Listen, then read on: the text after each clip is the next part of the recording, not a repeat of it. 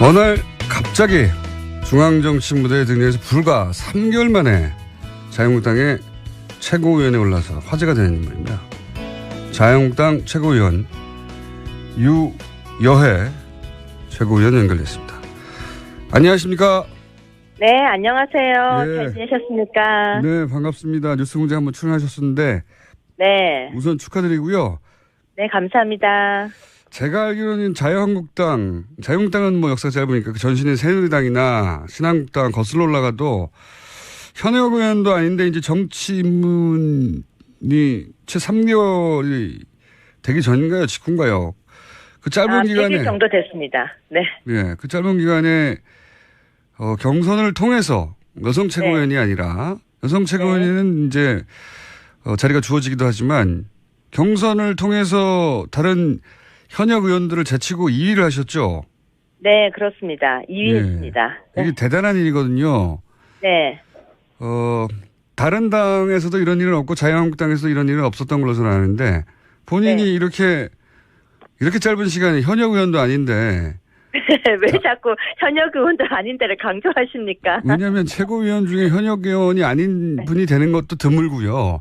네. 현역이 아니더라도 뭐 전직 의원 정도는 최소한 돼야 되는데 적어도 초선도 아니고 뭐 재선 3선은 돼야 되는데 최고위원이면 네. 네. 지금은 의원 경력도 없으시고 입문 3개월인데 네. 이게 경선에서 전당대회에서 2위를 하셨거든요. 이 비결이 뭡니까? 정말 죽을 만큼 뛰었습니다. 경선이 시작되어서 이제 합동 연설이 시작될 때 제 마음은요, 아마 이제 지금부터 준비 땅 해서 불구덩이를 뛰어든다는 심정으로 뛰었습니다.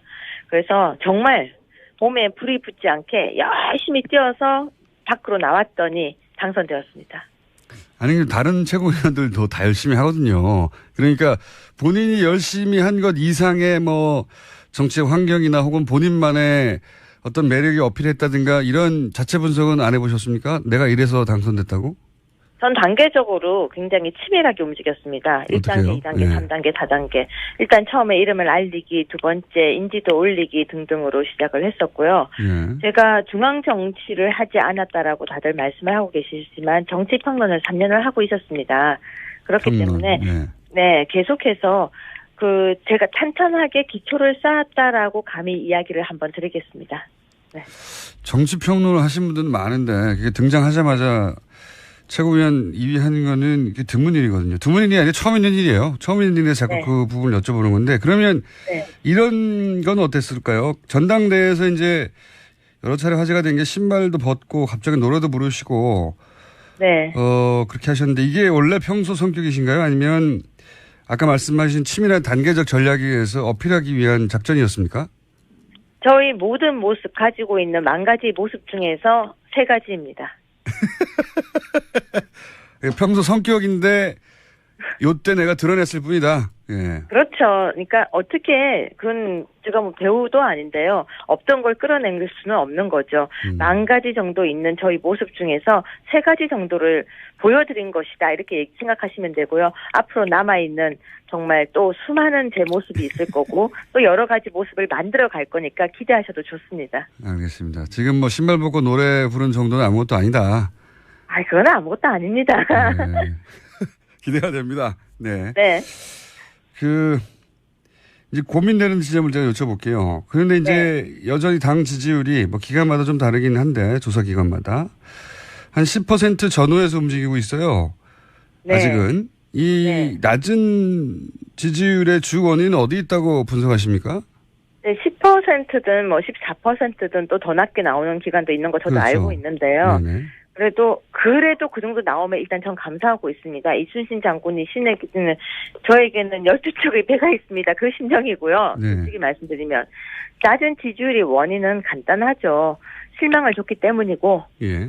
변화를 바라고 있는데 변화하지 않았기 때문이고 예. 또 어떤 누군가가 책임지지 않는 모습 때문에 실망한, 즉 애정의 관계가 아닐까. 사랑하지만 실망한 모습. 그래서 저는 회복할 수 있다고 봅니다. 어떤 누군가가 책임을 지지 않는 모습이라고 하셨는데 어떤 누군가가 책임을 지고 여기서 있잖아요. 어떤 누군가는 콕 집어서 어떤 누군가가 아니고요. 예. 사람들은 누군가에게 이렇게 얘기하죠. 누가 책임을 져 달라라고. 예. 하지만 여기 안에서 아무도 책임을 지지 않고 있으니까 이제는 자유한국당이 책임을 지고 그 부분에 대한 걸 깨끗하게 혁신하는 모습을 보이겠다라는 거죠. 누군가 책임을 져야 한다면 네. 박근혜 전 대통령이 지금은 이제 구속이 돼서 일정 정도 네. 책임을 지고 있는데 정당 내에서 그러면 박근혜 전 대통령을 대통령 만드는 데 기여했던 정치 세력이 책임져야 되는 거 아니냐. 당연히 처음에는 그렇게 묻지 않겠습니까? 그렇게 따진다고 하면요. 예. 정말로 우리가 역사적으로 어떤 대통령을 만들었던 사람들이 대통령이 딱 탄생되는 순간 내가 당신을 만들었다라고 이야기를 하거든요. 아시잖아요. 많은 사람들이. 그러면 그 정권이 잘못되게 되면 그 많은 사람들이 다 책임을 져야 하나요? 전 그렇지는 않다고 바라봅니다. 다는 아닌데 적어도 이제 핵심적인 측근이라 분류되는 혹은 뭐 힘을 가졌던 사람들은 있지 않겠습니까? 네. 그분들이 근데 아마 이러지 않을까요? 그분들이 힘이 있을 때는 내가 측근이었고 내가 힘이 있다고 하지만 힘이 빠지고 나면 내가 측근이 아니었다라고 이야기하지 않을까요? 그렇긴 한데 제 네. 말은 실제로 주요한 직책이나 권력을 가졌던 분들이 있는데 그분들이 뭐 특별히 책임을 지는 것 같지 않아서 그런 걸까요? 네. 근데 우리가 많은 사람들이 책임이라고 이야기를 하고 있는데요. 그러면 어떤 책임일까요? 이미 1월 달에 저희 윤리위원회를 통해서 당원권에 관한 문제도 여러 가지가 언론에 제기됐었고 그런 부분이 있었는데 어느 정도 수의 책임을 원하시나요? 그거는 뭐 제가 원하는 게 아니라 사람들이 이 정도면 당이 이제 쇄신이 됐고 혁신이 돼서 네. 그런 모습을 보고 난 다음에 지지율이 돌아올 텐데 그게 안 돌아오는 걸 보면 사람들이 그렇게 느끼지 않는 거 아니겠습니까? 저는 그렇게 생각하지 않습니다. 어느 한 사람 한 사람의 책임이 아니라 당 전체가 변하는 모습을 보여줬어야 되는데 그 모습이 없었기 때문이고 그래서 이번 저희 지도부는 이제 어떻게 하든지 혁신의 모습, 바뀌는 모습을 보이려고 노력하고 있기 때문에 한두 달 정도 바라보시면은 윤곽이 보이고 변하고 있다라고 느끼실 거라고 봅니다. 알겠습니다. 유여회 위원이 들어가셨으니까 여러 가지 변화가 있었다는 모습이 이제 여러 가지 퍼포먼스로도 나올 수 있을 것 같아서 제가 기대가 큰데. 네. 근데 이제 낮은 지지율에 대해서 또 다른 인터뷰에서는 이런 말도 하셨더라고요. 여러 가지 실망이 있는데 박근혜 전 대통령을 지키지 못했다고 원망하는 국민들도 있다. 이런 표현도 하셨는데. 네. 이런 표현을 하신 적은 있죠? 그 표현을 했다라기보다는 아까도 말씀드린 저의 만 가지 모습 중에서 그거 역시 한 가지 모습입니다. 그래서 사람은 여러 가지 모습을 가지고 있고 여러 가지 색깔을 가지고 있는데 그중에서 제 마음의 한 부분을 또 끄집어낸 것이죠. 그건 당연하게 누구나 가질 수 있는 생각이라고 생각합니다.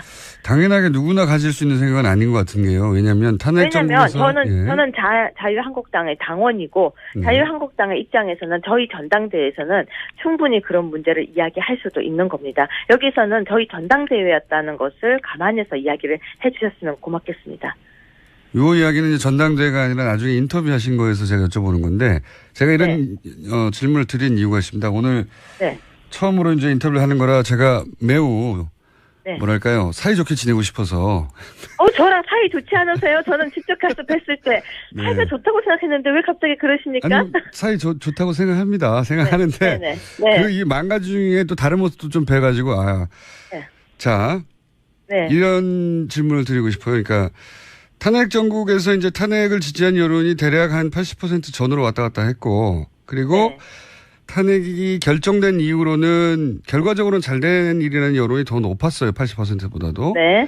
그럼 지금 박근혜 전 대통령을 지키지 못했다고 원망하는 국민들도 감싸 안으면서 자유한국당에 가다 보면 대략 한 15% 20% 정도 국민만 바라보고 정치를 하는 게 아니겠느냐. 이게 너무 확장성이 없는 거 아니냐. 이런 질문을 드리려고 한 겁니다. 그렇게 물으면. 그러면 또 이렇게 답을 드리고 싶습니다. 확장 이제부터 시작할 거고요. 저는 이렇게 생각합니다. 국민이란 정말 대한민국 국민이란 촛불도 있고 태극기도 있습니다. 그렇기 때문에 한 마음 정말 어우르고 다독거리면서 걸어 나가고 싶은 첫걸음의 제 목소리였다고 생각해 주십시오. 촛불과 태극기를 다 끌어안는 자유한국당이 되겠다 이런 포부입니까? 그 포부라고 하면 또 너무 거창하고요. 예. 저희 소망이라고 얘기를 해주세요. 촛불과 태극기가 같이 있기는 힘들 것 같은데요. 아닙니다. 아닙니까? 촛불도요. 예. 촛불도 그 촛불의 마음은요. 정말로 야여가 아닙니다. 촛불은 나라가 잘 되기를 바라는 마음입니다. 그렇기 때문에 촛불을 들었다고 해서 지금 정부를 무조건 찬성하는 것도 아니고요. 촛불을 들었다고 해서 진보인 것도 아니고요. 무슨 이야기냐면 촛불은 국민의 한 모습일 뿐입니다. 저는 국민 모두를 어우리고 국민 모두를 정말 받들고 싶다는 표현입니다. 촛불을 감사한다고 해서 이념이 다르다. 모든 저 사람은 나와 이념이 다르기 때문에 멀리해. 그런 생각은 저는 굉장히 위험한 발상이라고 생각합니다. 그게 이제 종교단체면 모르겠는데 이게 정당이 완전히 네. 상반된 두 주장을 한꺼번에 끌어안을 수 있을까요? 상반된 두 목소리가 아닙니다. 촛불 안에도요. 아니에요? 저와 아주 친했던 사람들도 촛불에 들어가 있었거든요. 그렇다고 해서 그 사람들이 어떤 진보적 성향이나 있었던 게 아니고 틀린 것을, 잘못된 것에 대한 분노였습니다. 특히 그 당시에 가장 우리 분노를 하게 됐던 사건이 뭔지 아십니까? 바로 정유라 사건이었습니다. 사람들이 그때 그 당시에 촛불을 들고 나갔던 건 어떤 정치적 이념이 아니라 나도 정말 공평하게 살고 싶다는 마음이었습니다.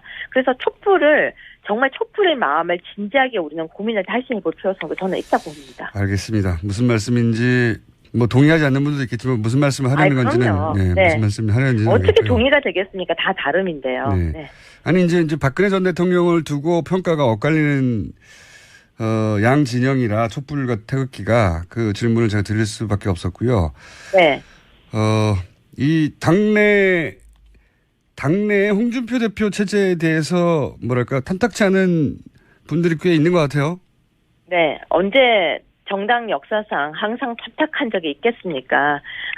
항상 반대 목소리가 있으면 찬성하는 목소리가 있고 그렇기 때문에 다른 거고요. 만약에 모든 사람이 90% 이상 찬성을 한다면 그거 거의 분위기가 이상한 거죠. 다른 것을 인정하면서 그 부분에 대해서 수정해 나가는 것. 그런데 제가 한마디 정확하게 말씀드리자면 저희 지금 아무 문제 없이 출발하느라고 준비 중인데 벌써부터 걱정해 주시는 거 고맙지만 안 해주셔도 지금은 될 것 같습니다. 그래요? 예.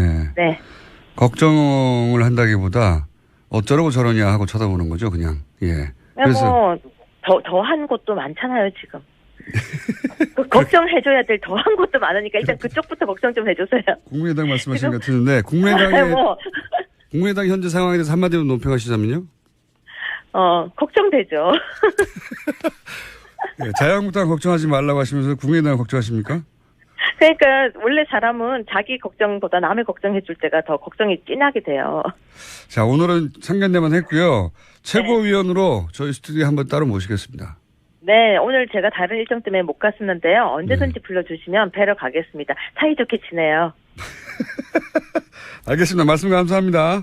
네, 고맙습니다. 대답 안 하시네요. 고맙습니다. 네네, 하시는 거 봐서요. 지금까지 자유한국당 류여회 최고위원이었습니다. 두 분의 최고위원이 두 분 다 일정이 빡빡해서 여기까지. 어느 날 갑자기 중앙정치 무대에 등장해서 불과 3개월 만에 자유한국당의 최고위원에 올라서 화제가 되는 인물입니다. 자유한국당 최고위원 유여회 최고위원 연결됐습니다. 안녕하십니까? 네, 안녕하세요. 예. 잘 지내셨습니까? 네, 반갑습니다. 뉴스공장 한번 출연하셨었는데 네. 우선 축하드리고요. 네, 감사합니다. 제가 알기로는 자유한국당은 뭐 역사가 짧으니까 그 전신의 새누리당이나 신한국당 거슬러 올라가도 현역 의원도 아닌데 이제 정치 입문이 채 3개월이 되기 전인가요? 직후인가요? 그 짧은 기간에. 100일 정도 됐습니다. 네. 예, 그 짧은 기간에 경선을 통해서 여성 최고위원이 네. 아니라 여성 최고위원은 이제 자리가 주어지기도 하지만 경선을 통해서 다른 현역 의원들을 제치고 2위를 하셨죠? 네, 그렇습니다. 2위 했습니다. 네. 이게 대단한 일이거든요. 네. 다른 당에서도 이런 일은 없고 자유한국당에서도 이런 일은 없었던 걸로 저는 보여드린 것이다 이렇게 생각하시면 되고요. 앞으로 남아있는 정말 또 수많은 제 모습이 있을 거고 또 여러 가지 모습을 만들어 갈 거니까 기대하셔도 좋습니다. 알겠습니다. 지금 뭐 신발 벗고 노래 부른 정도는 아무것도 아니다. 그건 아무것도 아닙니다. 네. 기대가 됩니다. 네. 네. 이제 고민되는 지점을 제가 여쭤볼게요. 그런데 이제 여전히 당 지지율이 뭐 기간마다 좀 다르긴 한데 조사 기간마다 한 10% 전후에서 움직이고 있어요. 네. 아직은 이 낮은 지지율의 주 원인은 어디 있다고 분석하십니까? 네, 10%든 뭐 14%든 또 더 낮게 나오는 기간도 있는 거 저도 그렇죠. 알고 있는데요. 네네. 그래도 그 정도 나오면 일단 전 감사하고 있습니다. 이순신 장군이 신에게는 저에게는 12척의 배가 있습니다. 그 심정이고요. 네. 솔직히 말씀드리면 낮은 지지율의 원인은 간단하죠. 실망을 줬기 때문이고 예. 변화를 바라고 있는데 변화하지 않았기 때문이고 예. 또 어떤 누군가가 책임지지 않는 모습 때문에 실망한, 즉 애정의 관계가 아닐까. 사랑하지만 실망한 모습. 그래서 저는 회복할 수 있다고 봅니다. 어떤 누군가가 책임을 지지 않는 모습이라고 하셨는데 어떤 누군가가 책임을 지고 여기서 있잖아요. 어떤 누군가는 콕 집어서 어떤 누군가가 아니고요. 예. 사람들은 누군가에게 이렇게 얘기하죠. 누가 책임을 져달라고. 하지만 여기 안에서 아무도 책임을 지지 않고 있으니까 이제는 자유한국당이 책임을 지고 그 부분에 대한 걸 깨끗하게 혁신하는 모습을 보이겠다라는 거죠. 누군가 책임을 져야 한다면 네. 박근혜 전 대통령이 지금은 이제 구속이 돼서 일정 정도 책임을 지고 있는데 정당 내에서 그러면 박근혜 전 대통령을 대통령 만드는 데 기여했던 정치 세력이 책임져야 되는 거 아니냐. 당연히 처음에는 그렇게 묻지 않겠습니까? 그렇게 따진다고 하면요. 예. 정말로 우리가 역사적으로 어떤 대통령을 만들었던 사람들이 대통령이 딱 탄생되는 순간 내가 당신을 만들었다라고 이야기를 하거든요. 아시잖아요. 많은 사람들이. 그러면 그 정권이 잘못되게 되면 그 많은 사람들이 다 책임을 져야 하나요? 전 그렇지는 않다고 바라봅니다. 다는 아닌데 적어도 이제 핵심적인 측근이라 분류되는 게 일단 처음에 이름을 알리기, 두 번째 인지도 올리기 등등으로 시작을 했었고요. 예. 제가 중앙 정치를 하지 않았다라고 다들 말씀을 하고 계시지만 정치 평론을 3년을 하고 있었습니다. 그렇기 때문에 네, 계속해서 제가 탄탄하게 기초를 쌓았다라고 감히 이야기를 한번 드리겠습니다. 네. 정치 평론을 하신 분들은 많은데 그게 등장하자마자 최고위원 2위 하는 거는 이게 드문 일이거든요. 드문 일이 아니라 처음 있는 일이에요. 처음 있는 일에 자꾸 그 부분을 여쭤보는 건데 그러면 이런 건 어땠을까요? 전당대회에서 이제 여러 차례 화제가 된 게 신발도 벗고 갑자기 노래도 부르시고 그렇게 하셨는데 이게 원래 평소 성격이신가요? 아니면 아까 말씀하신 치밀한 단계적 전략에 의해서 어필하기 위한 작전이었습니까? 저희 모든 모습 가지고 있는 만 가지 모습 중에서 3가지입니다. 평소 성격인데 요때 내가 드러냈을 뿐이다. 예. 그렇죠. 그러니까 어떻게 그건 제가 뭐 배우도 아닌데요. 없던 걸 끌어낼 수는 없는 거죠. 만 가지 정도 있는 저희 모습 중에서 3가지 정도를. 그런데 본인이 이렇게 짧은 시간에 현역 의원도 아닌데 왜 자꾸 현역 의원도 아닌 데를 강조하십니까? 왜냐하면 최고위원 중에 현역 의원이 아닌 분이 되는 것도 드물고요. 네. 현역이 아니더라도 뭐 전직 의원 정도는 최소한 돼야 되는데 적어도 초선도 아니고 뭐 재선 3선은 돼야 되는데 최고위원이면 지금은 의원 경력도 없으시고 입문 3개월인데 이게 경선에서 전당대회에서 2위를 하셨거든요. 이 비결이 뭡니까? 정말 죽을 만큼 뛰었습니다. 경선이 시작되어서 이제 합동 연설이 시작될 때 제 마음은요, 아마 이제 지금부터 준비 땅 해서 불구덩이를 뛰어든다는 심정으로 뛰었습니다. 그래서 정말 몸에 불이 붙지 않게 열심히 뛰어서 밖으로 나왔더니 당선되었습니다. 아니, 다른 최고위원들도 다 열심히 하거든요. 그러니까 본인이 열심히 한 것 이상의 뭐 정치적 환경이나 혹은 본인만의 어떤 매력이 어필했다든가 이런 자체 분석은 안 해보셨습니까? 내가 이래서 당선됐다고? 전 단계적으로 굉장히 치밀하게 움직였습니다. 1단계, 2단계, 3단계, 4단계.